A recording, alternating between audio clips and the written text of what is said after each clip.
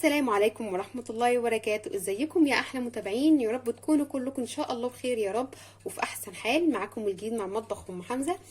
قبل ما نبدا اي حاجه بنات نصلي على سيدنا محمد. اللهم صل وسلم وبارك عليك حبيبي يا رسول الله. تعالي بقى اقولك على وصفه جميله جدا جدا بتخلي الشعر الخفيف يتقل، ولو شعرك قصير هيطول، ولو عندك فراغات في الشعر وان شاء الله المكان ده هيبقى فيه شعر كويس جدا وهيتقل شعرك. ولو عندي قورة واسعة مثلا او عايزة تنبتي الشعر من قدام كده ان شاء الله هيطلع الشعر. بجد الوصفة دي رائعة للشعر. كملي بقى الفيديو للاخر وان شاء الله هتدعيلي، بس اوعي تنسي اللايك. تعالي بقى اقولك على الوصفة بتاعتنا الجميلة. هتجيبي معاكي الاول حاجة بخاخ، اي بخاخ عندك مش محتاجاه.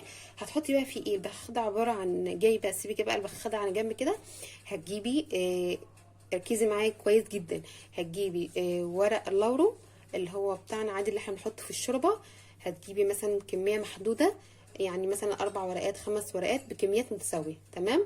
الورق اللورو ده ومعلقه قرفه، او لو اي نوع قرفه عندك معلقه صغيره. معلقه كبيره قرنفل اللي هو الحب اللي هو القرنفل ده مهم جدا جميل للشعر. معلقه حلوه كده قرنفل بكميات متساويه، بس قللي القرفه شويه. يعني كل حاجه كميات متساويه. اعمليها انتي نظر بعينك كده. يعني ايه؟ معلقتين معلقتين معلقتين، بس القرفه معلقه صغيره قرفه. يبقى احنا قلنا ورق لورو وقرفه وقرنفل.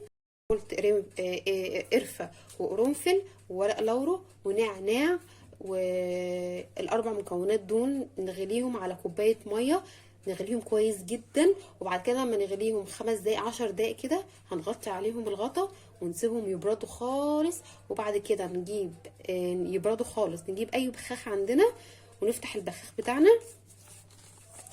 ونحط فيه اللي هو المحلول اللي احنا عملناه. مش عايزه اقول لك ريحته جميله جدا، وفي نفس الوقت بقى بخيه بقى على شعرك.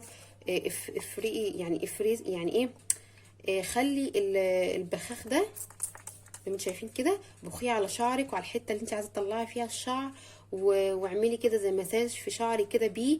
بجد رائع رائع رائع. هتدعي لي بجد، بس التزمي عليه. يعتبر ان شاء الله كل يوم.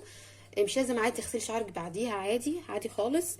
لو انت يعني بتحبيش كده عادي ممكن تعمليها قبل ما تستحمي، قبل ما تاخدي الشاور بتاعك.